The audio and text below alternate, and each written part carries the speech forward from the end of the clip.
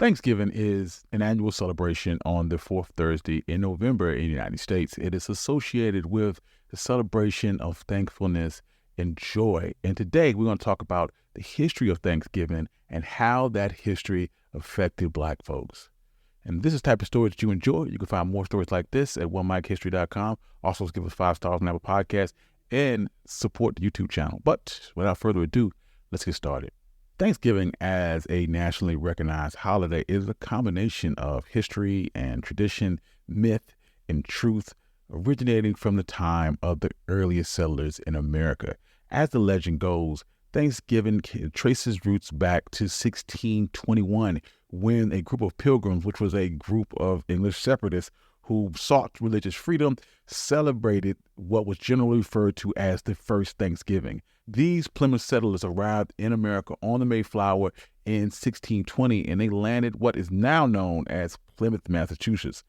They were not the first European settlers on the continent, but their hardships and subsequent celebrations became enigmatic of the Thanksgiving holiday. The first winter for the pilgrim was particularly harsh, and they were ill-equipped for the situation. Half of the pilgrims would die due to lack of housing and food and severe weather.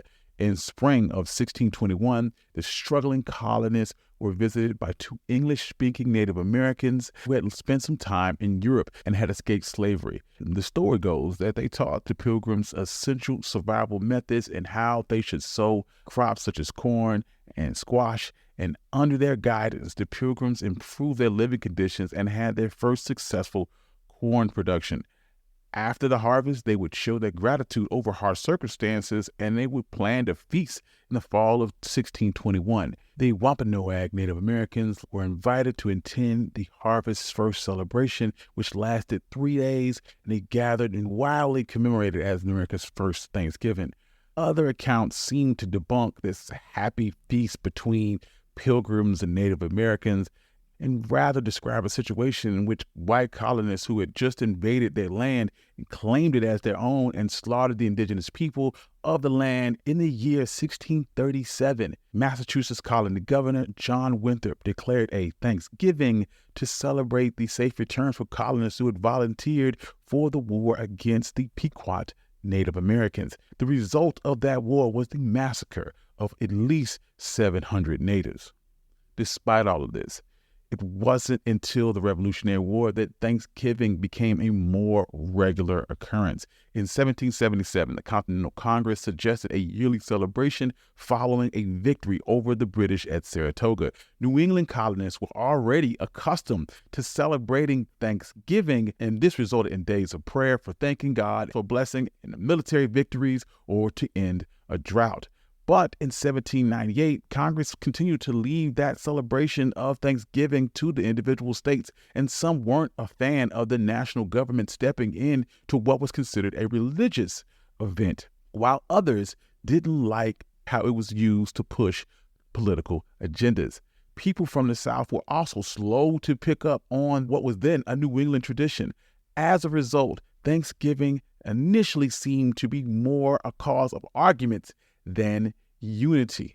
By the middle of the 19th century, abolitionist Sarah Joseph Hale played a major role in promoting Thanksgiving. Her campaign for state Thanksgiving celebration was so successful that it led to 29 states honoring the day by 1850. But arguments over slavery increased, and as the Civil War approached, people in southern states saw it as an encroachment of culinary influences from the North. The state of Virginia in particular wanted no part of it. In a letter to Hale, Virginia Governor Henry Wise, who was strongly pro-slavery, expressed his disapproval of the New England abolitionists' goals by referring to it as a theatrical national claptrap of Thanksgiving. Despite this, during the darkest days of the Civil War is when Sarah Hale's campaign for a national Thanksgiving reached the desk of Abraham Lincoln. Her letter reached the president in September of 1863, and Hale emphasized the ardent urgency of a Thanksgiving to become a national fixed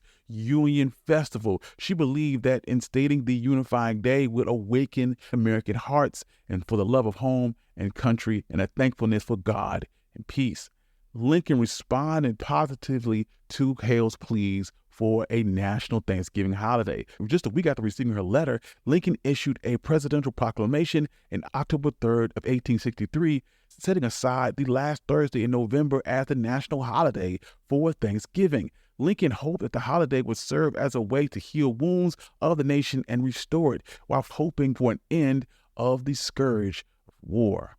Still, some members of the Confederacy were unhappy with the Thanksgiving Declaration, perceiving it as a political move. They were unhappy with what they saw as New Englanders attempting to dictate how they should live their lives. And for years after the Civil War, Southerners refused to celebrate Thanksgiving, seeing it as a Northern cultural holiday. It was only during the Reconstruction period that they began to embrace Thanksgiving, and it wasn't until 1941 that a federal law officially recognized Thanksgiving as a national holiday. But for African Americans, Thanksgiving holds a different meaning and significance. Our relationship with the holiday has evolved in a unique historical trajectory that is intertwined with our long-standing struggle for recognition and equality in America. Thanksgiving started off as a church-oriented celebration. African-American pastors would often give sermons that could be heard loud and clear through the small churches, and the sermons would talk of struggle and hopes and fears and triumphs. These sermons would usually go over the institution of slavery and the suffering of Black people, and often pleaded for the awakening of a slavery-free America that would soon come. Thanksgiving as a holiday was a two-sided coin for enslaved African Americans. Firstly, it meant hard work because they needed to prepare for the grand celebration which their white enslavers would enjoy. That involved cooking extravagant meals, cleaning extravagant houses, and yet there was a momentary break from the harshness of their daily routines. In the spirit of the holiday, some of the in-house enslaved had their share of the Thanksgiving bounty. Once their enslavers had finished feasting, they were often permitted to enjoy the leftovers from the main house. This represented a distinct shift from their usual standard of living and granted them access to an abundance of food that they weren't normally able to eat. Field enslaved men would hunt for wild game for their families and their friends, while the women would then prepare cornmeal cakes. Additionally, some seized this opportunity to escape during Thanksgiving, taking advantage of the absence of their enslavers and their relaxed vigilance. This is also the day where some were allowed to visit family members residing on other properties. Sometimes passes were supplied by their enslavers that allowed them to travel to see spouses or children that resided with different owners.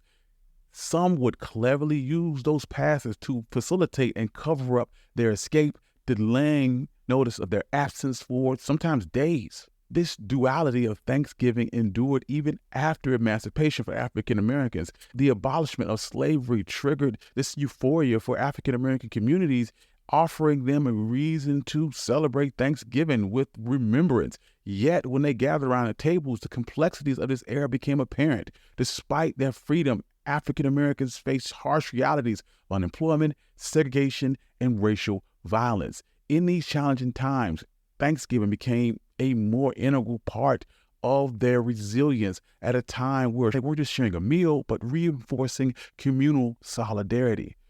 During the Civil Rights Movement, figures like Rosa Parks and Martin Luther King emerged as icons of resistance against racial inequality. Influenced by these trailblazers and amidst boycotts and sit-ins and marches, Thanksgiving offered Black communities an occasion to recharge, reunite, and express gratitude. Black activist W.B. Du Bois would talk about struggles that Black Americans faced and how that correlates with Thanksgiving. Du Bois advocated for celebrating Thanksgiving as an act of defiance against racial prejudice. As a counterpoint, though, Malcolm X would voice his disillusionment with Thanksgiving due to the ties to the historically oppression of marginalized groups. He rejected the romanticized depiction, and this divergence from traditional celebration narratives introduced a critique to the holiday and prompted a deeper conversation about Thanksgiving and racial inequality in America. Today, despite Thanksgiving's tragic history, many Black people across the nation still choose to celebrate the holiday their own way. Some reframe it as a time to spend with family. In an informal poll done with Howard University, they said that 45% of Black respondents from 13 to 60 shared that they love celebrating Thanksgiving, and about 62% said that they don't think about the history of Thanksgiving while they're celebrating. One respondent would state that our culture understands the falsehoods of the holiday, but we enjoy connecting with family, and it's an opportunity to do so. While another respondent would state that the true history is something that I make sure my kids are aware of. We focus on the positive aspects of it while we gather with family. David Silverman, the writer of a book about the history of Thanksgiving, spoke with the Smithsonian about the misconception of the history of Thanksgiving. He states that this misconception that the Pilgrims were gladly received by friendly natives as they arrived in America, but this is just not true. Silverman states that the Thanksgiving myth obscures the unfortunate reality of how America treats indigenous people and African Americans. And because of this, some Black Americans choose not to celebrate Thanksgiving. They feel that holidays such as Thanksgiving and Independence Day disrespect the African American history and their principles, and they believe that the holiday celebrates concepts that are not inclusive to everybody. However, it's hard to overlook the significant impression that Black culture has made with its contributions to Thanksgiving food. African American culinary traditions on Thanksgiving Day display cultural heritage and the beauty of mixing traditional choices with modern day cooking techniques. One main feature of African American Thanksgiving is a variety of soul food dishes. This cuisine came out of the journey of African Americans in the United States, and soul food represents survival and resilience in the face of struggle and hardship. And its presence during Thanksgiving showcased this complex cultural narrative. Core favorites of soul food include collard greens, cornbread, candy yams, black-eyed peas, and they are served right next to traditions like turkey, stuffing, and pumpkin pie. Adrian Miller, the author of Black Smoke, would state that holiday food is inextricably linked to soul food. One cannot overlook the influence of African American flavors in contemporary Thanksgiving food. Today, as Black chefs and home chefs, expertise and creativity have noticeably impacted Thanksgiving menus across the United States through television shows and cookbooks and online platforms. Black food has influenced the tables all over the United States. And despite the history of Thanksgiving, it's still a day at which Black folks can show thanks and appreciation for their loved ones. Thank you. I'm your host, Country Boy. This has been One Mic Black History.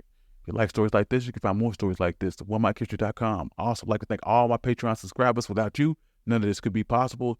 And peace.